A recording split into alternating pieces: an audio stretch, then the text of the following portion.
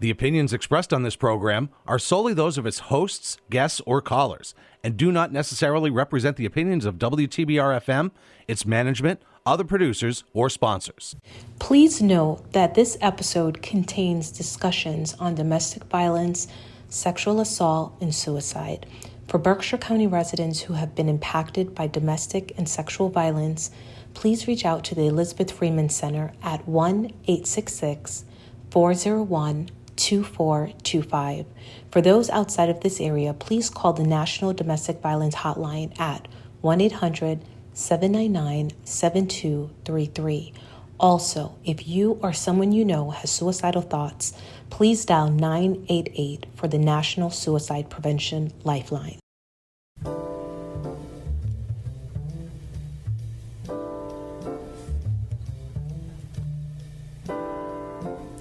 Hi, everyone. You're listening to Backstory. Let's hear it on WTBR-FM Pittsfield with Roberta McCulloch-Dews of the Mayor's Office in the city of Pittsfield. Thanks for tuning in. So today we have with us Chantell McFarland, a Pittsfield resident and local performer, singer, and songwriter. Chances are you just may have heard her enchanting and melodic voice, as she is a mainstay in many of the venues throughout the Berkshires. Early in her career, she has sung songs for a kids album for PBS and Sesame Street. Who knew? And beyond her beautiful music, Chantell's story is a complex series of trials and lots of tribulations. So we're talking depression, domestic violence, homelessness, and sickness. However, hers is also a story of triumph and finding one's personal truth. Today, Chantell is comfortable sharing her experiences toward healing in hopes that it can help someone else. So thank you, Chantell, for being here and your authenticity. Thank you. Thank you for having me. If I ever need an autobiography or I'm like, Roberta, I was like, you may be the wordsmith of my life. All right, well, you know where to reach me. I'm listening to this excited, like, I want to know more. Like, who is that? Oh, wait, that's me. Yeah. Oh my goodness. Okay, so all right. So for folks who don't know, Chantell she's actually one of a dynamic duo because she's a twin, and her sister is Sherelle. And Dr. Sherelle. Dr. Sherelle. Oh, yeah, we got to give those accolades. That's right. Oh, Dr. Yeah. Sherelle. So, the funny thing is when I was little, I was like fascinated by twins. There was a book series called like Sweet Valley High. And I just loved that book series. And I was like, it must be so much fun to be a twin. You can like wear the same clothes and, trick people out. Oh, yeah. Did you guys do that? So when we were in high school, so Sherelle is significantly more intelligent than I am. So when we were in school, I would want to like switch and do things like that. She never did because for her, like if it was a test day, she was like, if she got 100, she failed. She was like extra credit. What can I do? Right. You know? So if I took a test and got a 98, you're messing up her stuff. Oh yeah. Okay. So one time we did it. And I think it was a psychology class, which ironically, Sherelle is a social worker, So I went to the class and I asked a question, and the teacher was like, "You're not Sherelle." And I was like, "How do you know?" And she was like, "Sherelle would never ask that question." Whoops. Gotta go. Yeah. So it was obvious, that I didn't know, but yeah. Did you guys dress alike? So when we were really little, my mom did dress us alike. And I think as we've gotten older, she has wanted to look more alike and to stay more similar. Okay. Versus, my hair is usually very short or shaved. She has long, luscious curls. Yes. Right. So I feel like it's maybe more of me trying to break a little bit out of the twin mold. Yeah. I guess you have like a built-in best friend, built-in sister. Always. School was always easy. Yeah. Because there was always a support system. That's right. Yeah. Sometimes I always think, that we were born together because necessity, life kind of put us in positions where we really needed that anchor in one another. And thankfully, we managed to traverse life without both of us being down at the same time. Right. So, there was always kind of a built-in, fallback kind of. That's so important, And what a great gift. That's an awesome gift. So, you guys are not Pittsfield natives. You live in Pittsfield now, and you've been here for a while. And we'll talk a little bit about your journey to Pittsfield, leaving and then coming back. But you're actually from Chicago. All right, born and raised, deep roots. I know your parents are from the South. All of their brothers and sisters, all of their family. Sherelle and I were the only two. Really? Or my cousin is maybe she's a little more than 10 years younger than me. But before her, we were the only people in the family born up north. What made them go north? Industry. You know, my grandmother picked cotton. Okay. So her mother picked cotton, and then her mother's mother was a slave. Whoa. So she moved north because of industry being. Was that a part of the Great Migration? I believe so, because I actually, in talking to many people that are from Chicago and being older, and people talk about heritage and where they're from, a lot of people that live in Chicago, their families are from Arkansas, Mississippi, Oklahoma. That's right. And so there was a big time where in the South, let's say in the 30s, 40s, and 50s, the only thing you could do was be a maid, work in someone else's home or pick cotton in a field.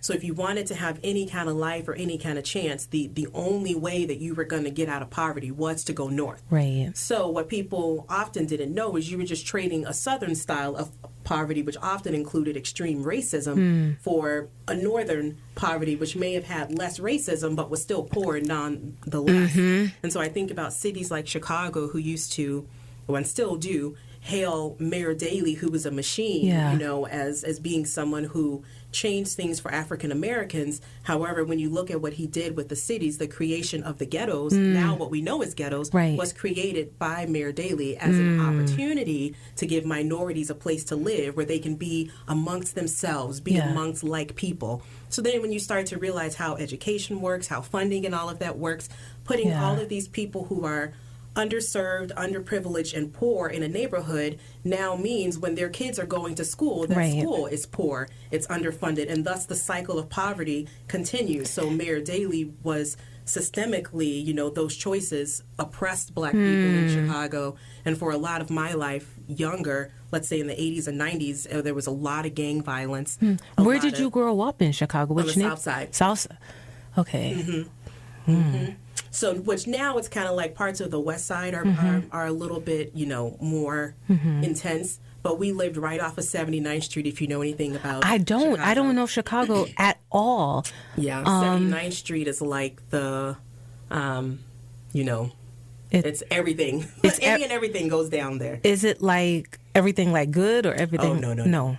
Okay. No. Okay. Because I was like, which way are we going with everything? It's all of the, the things that you hear, the horrific things in the news. That's usually where it's happening. Oh man, I mean, it's you're right.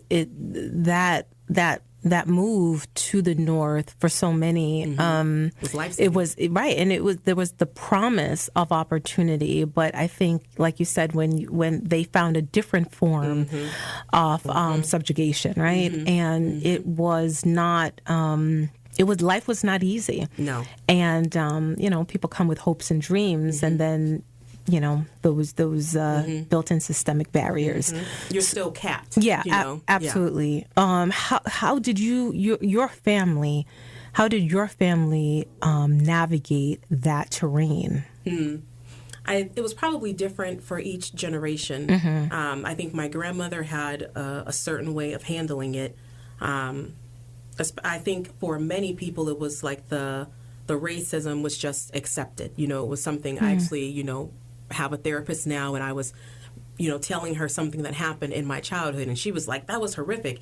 And I had never thought about it as like a negative thing. It was just something that was just common, racism and things like that were just commonplace. So we weren't allowed to be in specific neighborhoods. You couldn't go to certain places. And even now, sometimes I go to Chicago, and because I live here, when I go, it's almost like I've forgotten that I'm black. So then I walk into a restaurant and everyone looks up, and then I'm like, ugh. But what if you were a black person that was not from the area and you went to that same restaurant? Same experience. And so Wow. So how would you know then? Like, so if like for someone if you don't have that wherewithal that comes from that historical knowledge, how would you know not to go there? You learn when you walk in and they don't want you. Yeah. And that still happens today. Absolutely. There are still neighborhoods that are not integrated. So like the South Side is mostly Black, mostly minority, and there's even segregation amongst the different minorities. So you may have like, there's an area like Cicero near Midway, which has become largely Hispanic. It used to be a Black area. Yeah. So even the minorities don't really live together. And then you have the North Side, which is where you will find more inclusion. Okay. So the city is like, it's so segregated still that it's like even people who are, let's say if you are gay or if you are LGBTQ or whatever, you're not accepted in certain areas in the same way that, you know, a Black person wouldn't be accepted. So there's still a lot of segregation in the city for sure. And I look at it now as an adult, I understand it. And I will say that a lot of it is voluntary. There's a lot of willful, decision to be a part. So considering then that you had this this upbringing and this your community was like this, when you left Chicago, your family moved from Chicago in 1998 and they moved to Pittsfield. Was it looked upon as a relief, or what was the reason for coming to Pittsfield? So my dad was coming because he was taking Second Church. So he was the pastor there for a few years. So that's why we relocated. And it was major culture shock. Actually, I remember being in school and our teacher, it was like the end of 6th grade. Maybe we had 1 or 2 months left of 6th grade. And our teacher was under the impression that Sherelle and I were behind, or that we were like delayed. But the issue was there was a language barrier. You know, the voice and the accent that I use now was what I learned to fit in, but it's not my natural accent. What was your natural accent? Very Southern. Really? Very Southern. And so it's funny, sometimes I listen to my mom, and one day I had got in this apartment in Annapolis, Maryland, which is like a really affluent area. So I was like, oh, Mom, I got this apartment. It's so nice, blah, blah, blah. And she was like, oh, girl, you living high on the hog. And I was like, what? And so she was like, high on the hog. And I was like, spell it. I thought she was saying hound over hog. But she was saying high on the hog. Yes. And I had never heard that before. But it's interesting to me how, since living up here and losing the accent, oftentimes, I wouldn't say losing, but it's now because I haven't used it in so long. You know, when I'm with my family, it does come out more because it's natural to talk like them. Versus I realize if I speak like that with other people, it does prevent or present some kind of a language barrier because people can't always understand you. There's certain vernacular that we use in Chicago and things that are used here, like wicked being a good thing, or saying something is like Don't mad. they say wicked in Boston? I think so. They say like wicked means like good, I guess. Yes. And in Chicago, that was not a thing. Like if something's wicked, like it is bad. It's bad. Oh, no, we're talking bad. Okay. So, but here, wicked is like, oh man, that was wicked fun, or that was wicked good. So there was little things, words that were different, and then that on top of how strong my accent was, and I didn't understand the teachers. So my mom was like, if you give them a written test, like you're going to find, you know, my children are probably the smartest people in class. So they gave us a test, and come to find out, we actually were eligible to move ahead in grades. But we were socially not ready to go from 6th grade to 8th grade. You know, so we kind of stayed and matriculated because we were in private school in Chicago. So Chicago is very, it's racially segregated, but also economically segregated. So we had a little bit of privilege because my mom had an executive job. She worked for the mayor downtown. She was an accountant at the public library. She was a manager. So there was some affluence, you know, in that. So she was able to afford the tuition. So we had the ability to go to schools that were typically not integrated.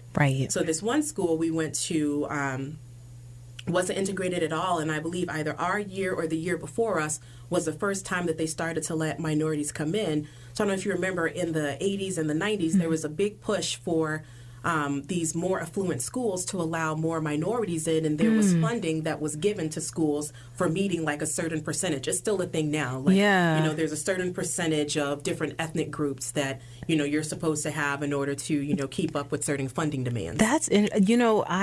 Where I went to school, it was actually majority black because it was in Mount Vernon, New York, and that was for elementary school. So my experience for elementary school is different, and then middle school, same thing. I mean, because Mount Vernon in Mount Vernon, New York, it's a majority black. Yeah. Well, I wouldn't say majority black, but a sizable black population, and then which now there has been some gentrification in that area. Yes, so that has changed. And we always had a mixture, though. I will tell you, in Mount Vernon, there was always a mixture. You had many different ethnicities, and people lived together. But I will say that, I also went to Catholic school for high school. And so, again, more mixture. So I feel like I'm privileged to have been exposed to many different people. That is such a big thing. Oh, yeah. It was only until I went to college, surprisingly, and I went to college in New York City, but it was like being in a room where I was the only one. Yeah. That was shocking. I was like, what? but yeah. So living here, you do kind of adjust to that a little bit. Even though there is more integration, the biggest shock here was the amount of integration, and that our neighbors were white. And I remember telling my parents that I was scared, I didn't know what was going to happen. So in Chicago, especially at that time, white and black people did not live. Really? Oh no! Wow. No. Did not live next door to each other. They didn't usually live within a certain block radius. There's edges of neighborhoods. So 79th Street, you can go to 83rd, which the numbers are, chronological. You can go to 83rd and maybe just cross over Western, and you're in Beverly in a beautiful area with really nice homes and, quality schools. And this is literally walking distance from where most of the crime in Chicago happens. So it's really interesting how it's the crime is really neighborhood based. Wow. So how long did it take for you to sort of acclimate? There were so many new things. The school was new, the neighbors were new, the environment was different. How did you, excuse me, how did you finally settle in? I think I had so many personal things going on that it was almost moving here was a relief because I got a break from the violence. I also got to see a different way of living. And despite me being afraid of my neighbors, they were not afraid of me, which that was the first time that I had experienced that. So, and then going to school and having, the white kids actually be friendly to us, not be mean, not calling us the N-word.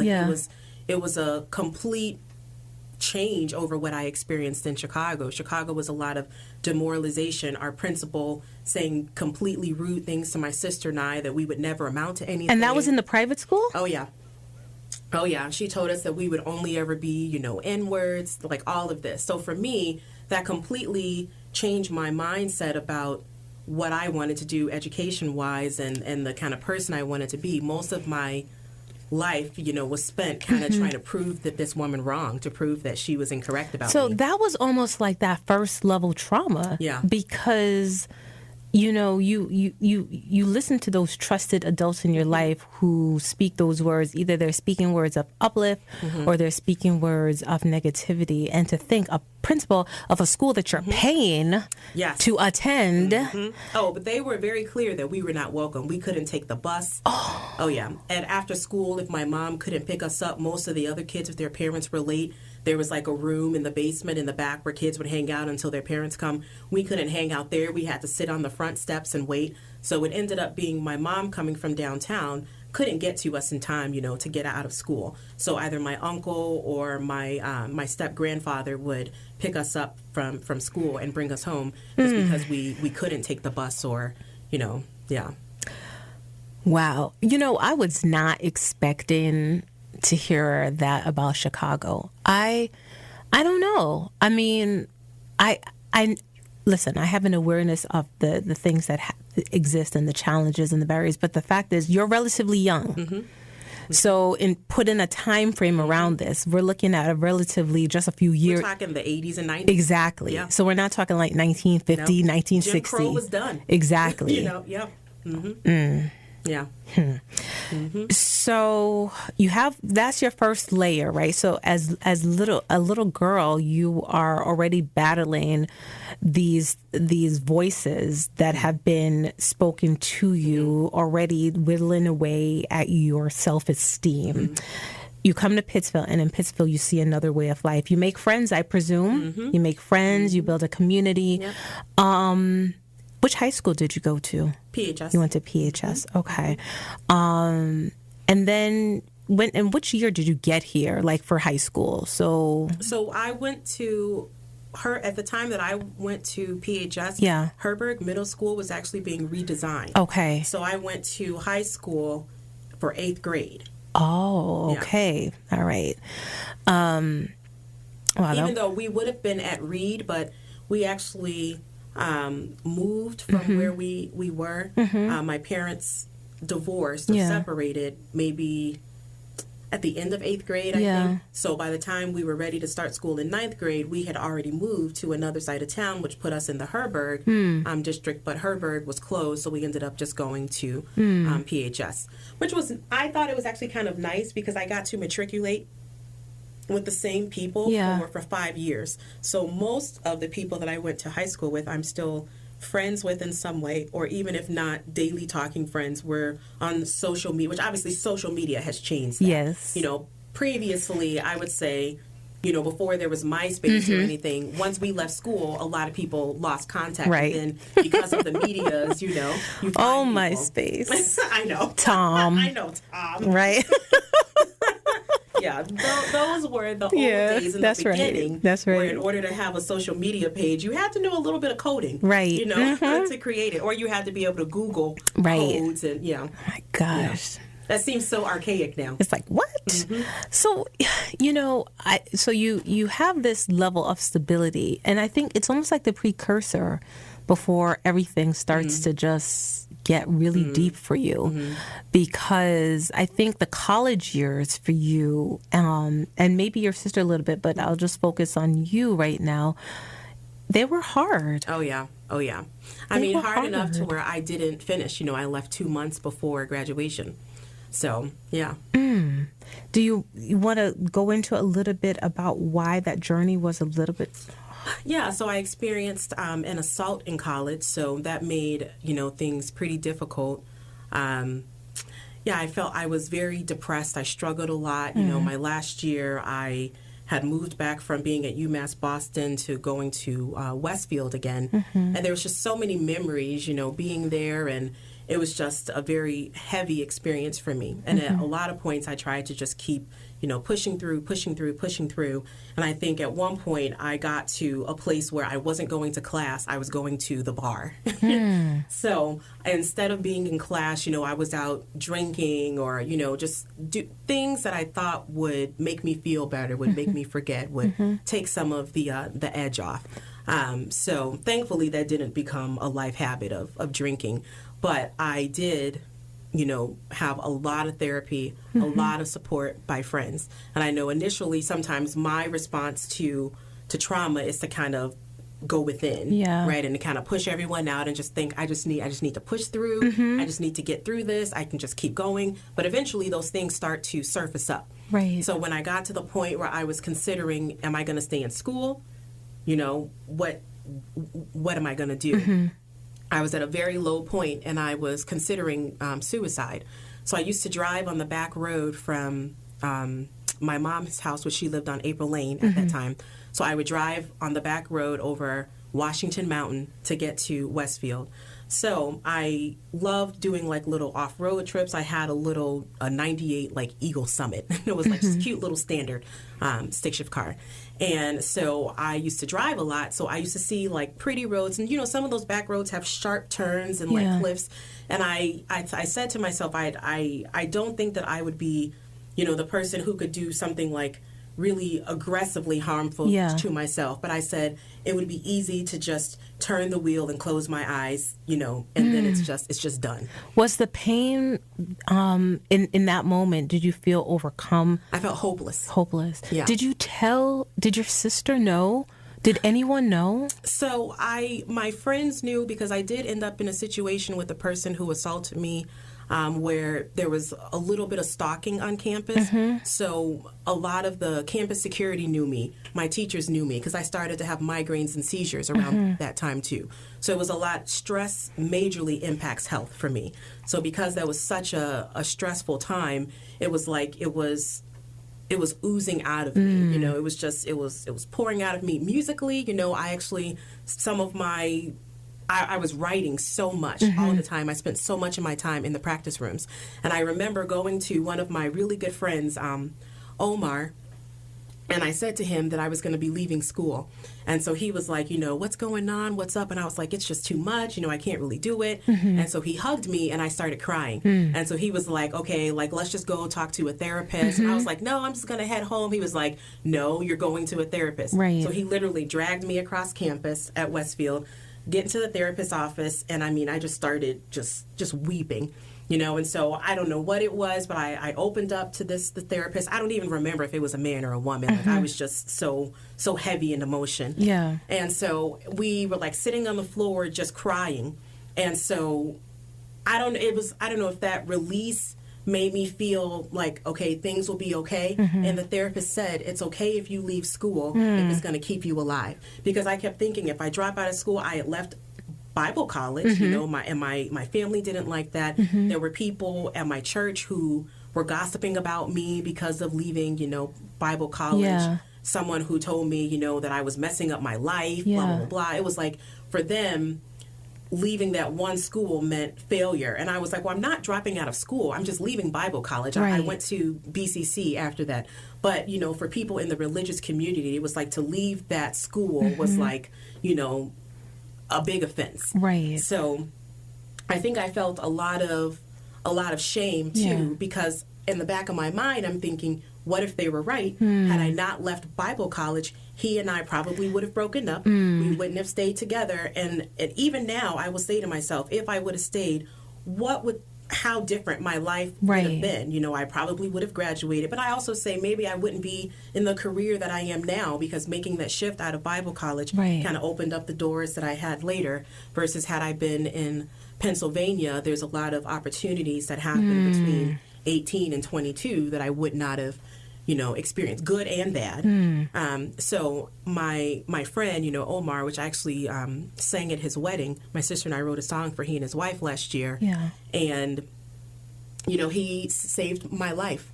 And in many ways, in that abusive relationship, I actually had such a good core group of friends at Westfield. I had a friend, Oliver, Joseph, and Omar were kind of my core. And they were protectors. It was like they just jumped into being big brothers. It was... I didn't initially tell them what happened. It wasn't until some of the stalking started happening on campus, and Omar was an RA, so obviously as things are going on in the dorms, he gets notified and things. So that was definitely a challenging time, but so much of my life I look at as I've always been surrounded by people who were willing to give to me and to invest, whether it was, and many times, and I would say it really was never financially, but it was mostly people investing emotionally in me, because that's kind of where I was depleted, really, So, you had 2 months remaining, with your college education. You must have had a conversation with your mom about it. So, well... I feel like because of all of my experience, when I was 18, I did move out, and I just kind of went into independence. I never looked back. I never went back home. I paid for my own college. Okay. So in terms of financially, my mom didn't really have a say so much in that, because I was taking care of everything myself. Right. So she, of course, did not like it, and I don't really remember when I told her what happened, but it was definitely many years later. So I was probably I don't know, I may have been already engaged, Yeah. with my ex-husband by the time I said something to her about it. So, yeah, she wasn't really involved as much in that. Please note that this episode contains discussions on domestic violence, sexual assault, and suicide. For Berkshire County residents who have been impacted by domestic and sexual violence, please reach out to the Elizabeth Freeman Center at 1-866-401-2425. For those outside of this area, please call the National Domestic Violence Hotline at 1-800-799-7233. Also, if you or someone you know has suicidal thoughts, please dial 988 for the National Suicide Prevention Lifeline. So let's talk a little bit about that, because you just brought up the ex-husband, and after college, there are a few years that there's the heavy. I call it the heavy, because you got married, you got divorced, and then you became homeless for a short while. Considering the depression that you had experienced during your college years, how did this impact you and not just like take you down? Family. My aunt has always been a huge supporter, and it always seems kind of like when I was in the moments of being my lowest, my aunt was always there, just ready and willing, and never throwing things in your face, never making you feel bad, but it was always, just supportive. Yeah. So I think that having that support system was imperative to survival. And when you were homeless, I mean, literally, does that mean like without a home? Yes. So Sherelle and I she was in Howard at the time. She was going for her master's degree. Yeah. So we lived in Hyattsville, Maryland, in a place called Cypress Creek. And so we couldn't afford our rent. My ex-husband at the time, he would like come to my job and it got to the point where I couldn't really work anymore. So there was harassment? Oh, yeah. He didn't want me talking to other men. He didn't, just anything. I was pregnant at the time, and so I had struggled in getting pregnant. So I decided to stay home. His thing was he felt I was too independent, and he wanted for me to just like stay home and let him take care of things. So initially I was like, no, I don't think you're capable, which is kind of mean to say now. Yeah. But I was right. So I stopped working. He stopped paying the rent. I don't know what he was doing. I don't know if he had another girl or what was going on.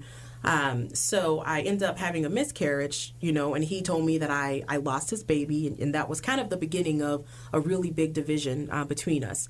He became very aggressive, very abusive. So many times my sister and him had an apartment together. And so many times she would intervene, or if her boyfriend was there, he would intervene and kind of like step in place. So I remember one time he was upset with me about something. I don't even remember what it was. And so he was like running through the house trying to find me. So I went into my sister's room and got under her bed and like hid under the bed. So he's pounding on the door like screaming, open up, open up. My sister, hears him. She comes out and breaks a glass against the wall and was pretty much like, I'm not going to let you get to her. Yeah. So our neighbors end up calling the police. And so then he ends up, leaving. He did come back, but it was like a couple days later. And so by then I had the miscarriage. He wasn't paying the bills. He had stopped paying our electric, so we had no heat, no hot water. So I'm pregnant and hungry, can't eat. My sister had a friend from Howard, and actually some of her friends would rotate bringing us ice and bringing us food so that we could put it into our cooler, because we still had the apartment, but we didn't have, electricity. So we decided to move instead of like being evicted or something. So we would sleep in my sister's car. Oftentimes we would go to the social work library, because there was a bathroom on the upper floor that had a handicap stall that had a sink in it. Yeah. So we got a gym membership. I can't remember the name of the gym, but it was in Hyattsville. Yeah. And it was $35 a month. So because we're twins, we would alternate. So because they give you an ID card. And so she would take the card, go in there to shower, do her hair, because she's still going to school during all of this. So we end up talking to my dad, who finds it. And I don't know why Sherelle and I were so like about protecting each other. We didn't include our parents when things were going on. This is what I'm thinking. I'm like, I'm an adult. I can do this. Yeah, see, that you actually tapped into the question that I was thinking. And I said, I have to ask it because you came from a family that was connected together wise. Like, even though your parents are separated, like you came from this family. Yeah. What prevented you from saying, I'm drowning right now, I need help? I think we had a lot of trauma growing up, you know, when I was assaulted very young, and you know, I'll only share my aspect of experience with that. But there was a lot of, for me, I had done a lot of self-raising and a lot of like monitoring my own emotions. I remember when I was 8 and there was someone who was going to our church. He was 13. And, you know, I was developing. I started my period at like 9. So I had breasts already. So he liked me and would touch me. And I felt confused about it because even though I was 8, if someone's touching you, obviously it's going to feel good. And I liked that he was older and that he liked me. But it wasn't until things physically started happening that I was like, okay, well, this, and I didn't put together. Because you're a little girl. Yes, I was a child. So you were a I child. didn't put that together. My sister self-monitored during that time. It's like you were a child and you don't know any better. Yeah. And my parents had a rough marriage, so I think I always felt that they had too much going on, and I didn't want to burden them. Now, as an adult, I realized that was a trauma response. Right. You know, from being a child, thinking, I don't want to make them feel the way that I feel, you know. And so my sister and I actually we wrote up a contract to give to this guy to have him sign, stating that he would not molest me anymore, that he wouldn't do anything like that. And my previous experience with trying to reach out had been, even if you say something, you know, no one's going to help you. Because I remember telling my parents I didn't want to go to his house. I didn't want to hang out with him.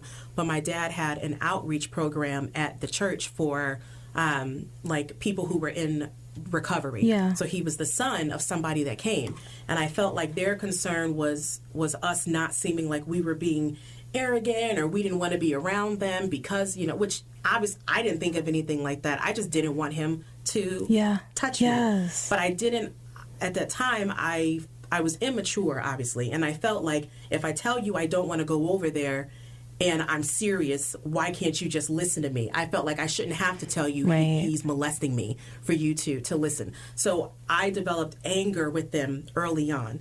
So it was very difficult for me to go and to talk to them and to share because my mindset at that time was, you didn't care about me then, so why do you care about me now? And I realize now that was wrong. I didn't give them the opportunity, but I didn't know any better. You didn't know any better. Yeah, so Sherelle and I kind of self-police. We would self-monitor, so we kind of made pacts about the bathroom was in the basement, so we made pacts about not going to the bathroom alone. If we were having choir rehearsal, our goal was to stay like upstairs, to never go downstairs.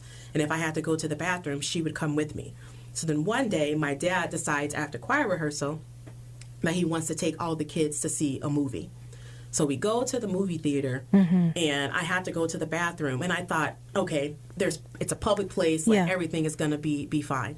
So I go to the bathroom, and then I peek my head out the door, and I see him like standing out there. And so I was like, oh crap. So I go back in the bathroom. So finally, it was like 10, 15 minutes goes by. I assume he's probably left. He would be tired of waiting.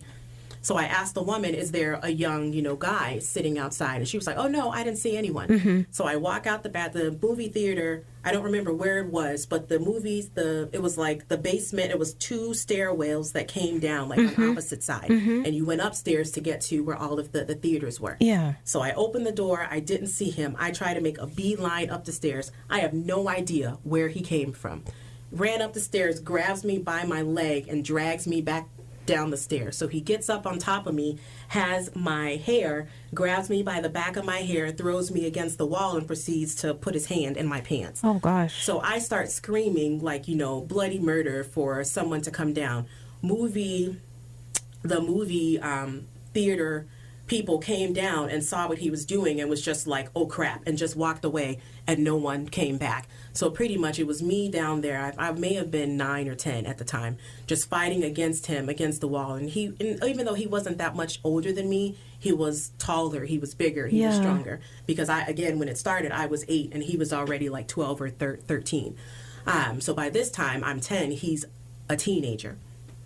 So so you were literally assaulted in a movie theater. Oh yeah. And people saw. Oh yeah. And no one helped. Mm-hmm. And as a child, again, you're seeing people come, look, and then walk away. Mm-hmm. And so I learned that if anyone's going to protect me, it will always be me.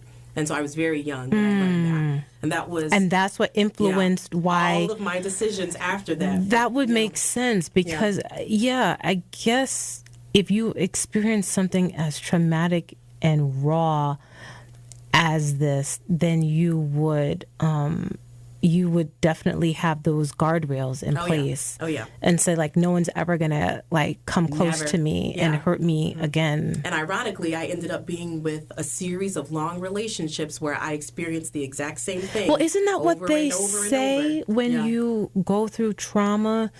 You almost attract that, whatever that thing is, you attract it because it's almost like that's all you know. Mm-hmm. For me, I think it started with the idea of I don't want to carry this baggage from this previous relationship into another. So my thought was always, he hasn't done anything. So even when you see the signs, well, he's never hit me, he's never done blah, blah, blah. And it was always, I felt like I couldn't just assume because someone had the behaviors and the patterns of an abuser that they weren't an abuser. I would have to wait until they did something because I dated someone who it turns out was an abuser, and when they would do things, they would tell me, you're letting your trauma impact our relationship. So then I was like, okay, maybe I am. And it turns out, no. It was gaslighting. Right. Exactly. Yeah. But, until there's a certain amount of, for me, it was a lot of therapy, a lot of talking with other women who had been through it, not suffering in silence, not because there was a lot of shame for me, and especially with the assault that happened in college after high school, because it was like someone who I trusted, someone that I knew, someone that I grew up with. So it was definitely not something and I had told him what happened to me as a kid, and I even said to him, I never want you to do this. I'm trusting that you would never do this to me.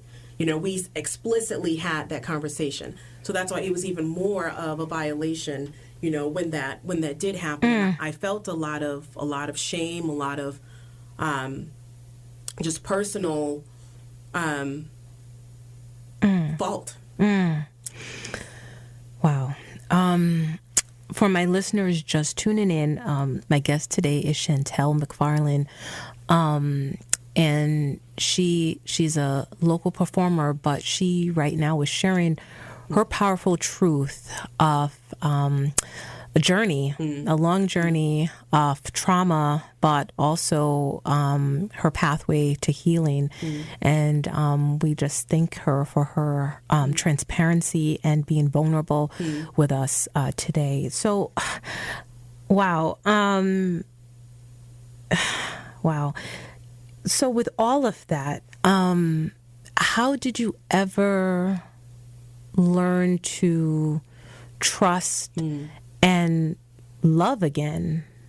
I feel like for me, that probably started my ability to be at least willing to be vulnerable with someone probably didn't happen until after I was 30. So it was over a decade, of recovering and just crappy relationships or just bad, decisions in who to date. It took a long time, and I think I actually had a relationship with someone who I dated publicly, let's say a few years ago, and a lot of people would kind of, bash him online, or they thought, people would say that they thought he looked crazy or blah, blah, blah. However, he was my first positive, mindset of a relationship. Right. And so many people would have things to say it. And even after we broke up, so I was very surprised at how many people commented negatively, like that they were happy that we had broken up, in some way. And so, however, they didn't know, the path of healing that dating him, started me on. He was safe. I could tell him things if something was going on, and let's say if I was afraid of something or I'm out somewhere, literally I could just send, an SOS text, and within minutes, So for me, and it was the safety of being able to have a difference of opinion, the safety of being able to say, I don't like when you do that, and not having, to duck a fist, so I think it was really being in a safe relationship that opened my eyes, that let me see it exists. Exactly. And how much I had accepted from other people just because I didn't know that it existed. And so it was like a scale of trauma. So sometimes I would look and say, okay, this person may yell or they may scream, they may curse, but at least he hasn't raped me. At least he hasn't beat me. And so it created an inequitable way of measuring safety in a relationship. And it wasn't until I experienced truly being safe that I was able to see how much everything else had not been safe. And I feel like I was able to attract someone who was healthy enough to show me a safe relationship because I had put in that work. Because I realize when I'm guarded and I'm that way, the only people that I'm going to attract are the people that, are not good for me. Because a healthy man wasn't going to look at me and think, wow, let me, fix this broken bird. I was too broken. I think sometimes there's a certain amount that men do like to come along and feel like that they're helping you, right? That they're, your hero, you're your protector, but you kind of have to already be molded in some way. So it seems like you were committed to. You wanted to do the work of that self-healing. Yeah. Tell me about how therapy played a role in your journey. I'm still in therapy. Okay. So for me, it's a continuous thing where it's realizing patterns, and learning to remove the shame, right? Because being silent had made me feel very ashamed. I felt ashamed at how my life went. I felt ashamed for dropping out of school. In my family, education was very important. My sister has a doctorate degree, a master's degree. My mother has a master's. My father has 2 doctorates and a master's. So for me to not even have a BA, that was like that. All then I felt guilty about that. So it was just so many things that just kind of piled up. But it was being willing to start the process of letting that go and trusting, that things will be okay if I don't hold on to that. Sometimes carrying baggage is you get so used to it. You're used to having that monkey on your back. Once the monkey's gone, your back feels exposed. Right. Now I'm like, anybody can hurt me, versus you realize that pain isn't protecting you. The pain is attracting more pain. Isn't that something? Killing you. You need to say that again, because it's almost like the pain kind of becomes a comforter. Yeah. And you get really used to the pain. And you normalize it. Yeah. And then things that become, let's say things that challenge that unhealthiness become uncomfortable because you're so used to being in this negative place. It's like if you have someone who's constantly negative, when they get around people that are positive, they're going to talk negative about the positive people. Right. Instead of saying, let me allow that to challenge what's holding me back. Yes. Yeah. Whew. Oh boy. And along the way, with the journey and the instances of trauma, but we see the pockets of healing, you also had some very real life health scares, cancer scares. So it's kind of started with my grandmother.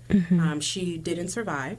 My mother has faced cancer many, many times. So my sister has faced cancer, and then it was obviously my turn.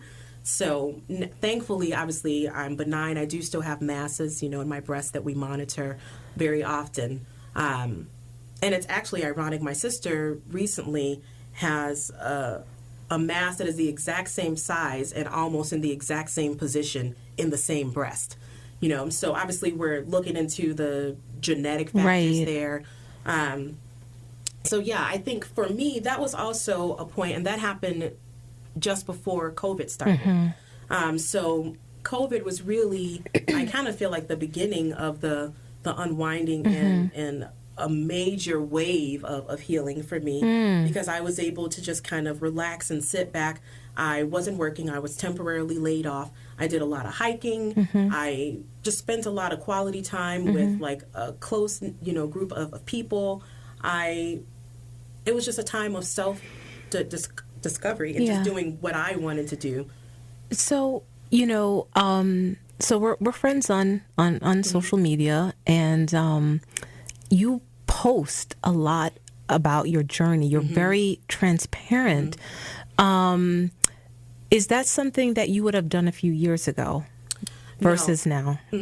No, because I would have, my ultimate fear has been people knowing me or pitying me. And I actually just had this conversation with my therapist, and she was like, Chantell, no one who knows you is going to pity you. And I try to tell her, like, I'm strong presenting now. I'm outgoing now.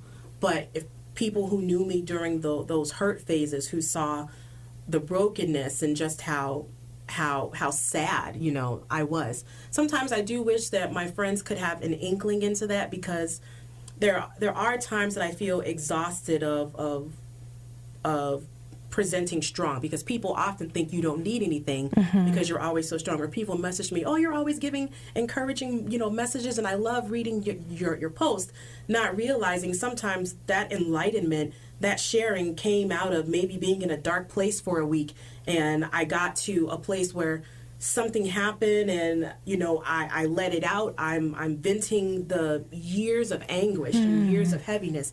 And sometimes I do have moments where I'm just like on the couch. I just can't do anything. I'm just heavy. I'm in my thoughts, or I'm just, I'll watch TV and just like cry. Because I realize there's many times in my life that I don't allow myself to experience emotion in that way, or to experience pain in a non-angry way, or pain in a non-self-sabotaging way. Okay. So for me, a lot of those posts are coming out of revelation. Or I think sometimes people think if you go through all of these things, if you experience brokenness, that you can't be successful. And so when I share with people, often they're very surprised, and they're like, yeah, but look at you, But for me, a lot of that was trauma pushed me through. Right? Because I didn't want for people to be right about me. I wanted to be successful. And I also felt a call to legacy because of my family. Thinking of my grandmother being in the field to my mom now working in a downtown office with all white people. How could I drop that legacy? So there was pressure there, which helped me and what was positive, but that also added to some of the heaviness. So it's been a journey, and I often find for me, sharing is healing for me. And then also so many people, I get negative people that message me, saying that they're tired of seeing me in their news feed. I usually just tell them, block me. You don't have to message me and say this. You could just block me. Right. You can unfollow. You can do any of those things. Any of those things. It takes a lot of bravery and courage to be able to share and to speak the things that were, unthinkable and so painful. I think, sometimes when people, because you're right, like if someone looks at you today, they see someone who's put together, you have found love again, you're really happy, and so people say, well, not knowing your story, well, what could she possibly know about struggle? What could she possibly know about and you've gone through a lot, like you just don't know. You've experienced it. Oh yeah. In a major way. And that's the thing about looking at judging a book by the cover, right? You see everything's all put together, but sometimes you just need to maybe open it up and like check out the table of contents. Yep. Right? Because we all, that's right, because we're all wrapped up and we all have, we all are put together, but there's always something deeper going on with all of us. There's a mask that we kind of, present to people, especially for me and having been in corporate settings and, there's a certain way that you have to present. And then as an African-American woman, there's a certain way that I have to present, because I can't be a six-figure earner. I can't be broken. I can't be at work cursing and yelling at people. No, right? So no, right? no. That's not going to be a thing. Right. So there's a certain amount of recovery that had to happen in order for me to continue with the legacy. I saw that early on, and some of the work I did early on, but there was still a lot more that needed to be, unpacked. Okay. All right. One thing, you mentioned the success in your career. Would you say that you don't, even though you weren't able to finish your degree, you obviously have found, you just mentioned some numbers, you obviously have found some level of success. Yeah. That is good. Yeah. Okay, very good. Yeah. So I think for me, it was finding, what am I good at? Because I said, okay, I didn't finish school. Right. And I made the decision early on, that wasn't going to hold me back. And I was like, with everything that I have, I want to fight for success. I want to fight to be financially independent. And I saw my sister with her degree rising to a certain amount of success, but still having student loans. So then I said to myself, okay, if I get to that level of success, and let's say I'm making six figures or multiple six figures, but I have $300,000 in student loans, I'm still living poor. And I feel that I can't do the things that I want to do or be the person in giving that I want to be if I'm struggling to take care of myself. Right. So I owe it to the people that I want to help, to the people that I want to help in the way that I've been helped. It almost feels like a calling to be, a help, to be a support, to give back, because so much has been given to me that it feels selfish, it feels tight, it feels unhealing to hold on to that. So for me, that was my motivation in finding avenues and different careers that I could do or work my way into, so that without having the degree, I could still have, a modicum of success. And you obviously have, and that's to, because I always say it's not the degree itself, it's having a plan. Yes. Having a plan to be able to accelerate in one's career, whatever that looks like. And we need people in all professions, but it's just being focused about what you want and then going after it with all that you've got. All right. So, a lot. A lot. You're a performer, so you're obviously always in this mode of creativity. When you're not performing and when you want to just continue to let off steam and sort of be in that mode of just rest and relax, what do you do? So I do meditation. Is something that I do a lot of. Also just, sitting with my thoughts, even if I'm not meditating on clearing my head and just being present, sometimes it's sitting with my thoughts, allowing myself to think things that maybe I would have previously shut down and be like, okay, I don't have time to dig into that. Allowing those things to come up. I spend a lot of time, obviously, with Joe and with his kids. So that, being a step parent and Joe is for my every fiance. Okay, there you go. Okay. Yeah. So, and Joe has been a huge part of the healing journey. He's a person where I have not experienced before, where usually when I'm sad or going through a tough time, I've dated people who would just kind of leave me alone and just let me sit in a room. Joe is the person who, if I'm sitting on the couch crying, watching Ayanla fix my life, he's going to come on the floor in front of me and hug me and say, what's going on? What is it about this show that's making you cry? And then if I'm just like, nothing, I'm just watching TV, he's like, no, what's going, And so he sits with me in dark places. Yeah. And that's something that I had not experienced. And even that alone, even it's not his responsibility to heal me. However, he can assist my journey instead of holding it back, which is previously what I had experienced in my healing journey. And even in times, that I was dating a minister and also experienced violence, with him.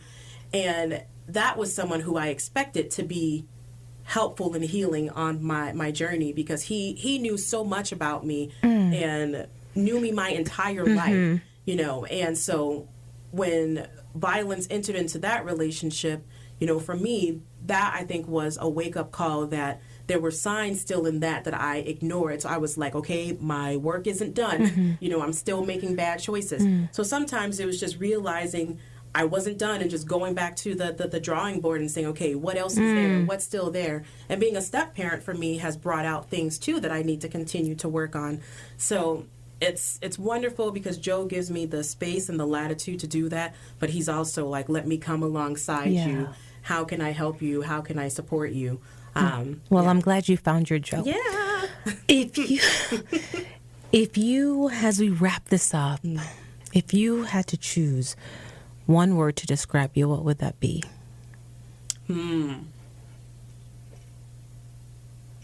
Persistent. I like that. Listeners, we just want to thank Chantell for her honesty, her transparency, sharing her journey. And, you know, if anyone out there is going through something, tell someone. Don't suffer in silence. There are always individuals to help bring you out. And so that you can know that there's hope in a new day. All right. So we just thank you again, Chantell. No problem. Thank you for having me. You're welcome. All right, everyone. You've been listening to Backstory. Let's hear it on WTBR-FM, Pittsville, with Roberta McCulloch-Dews of the Mayor's Office in the city of Pittsville. Thanks for listening, everyone, and have a great day.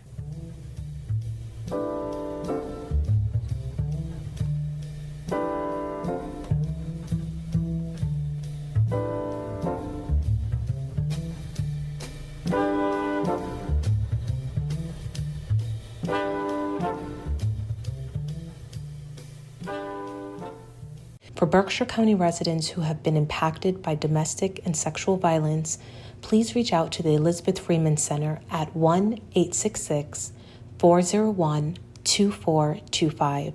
For those outside of this area, please call the National Domestic Violence Hotline at 1-800-799-7233. Also, if you or someone you know has suicidal thoughts, please dial 988 for the National Suicide Prevention Lifeline.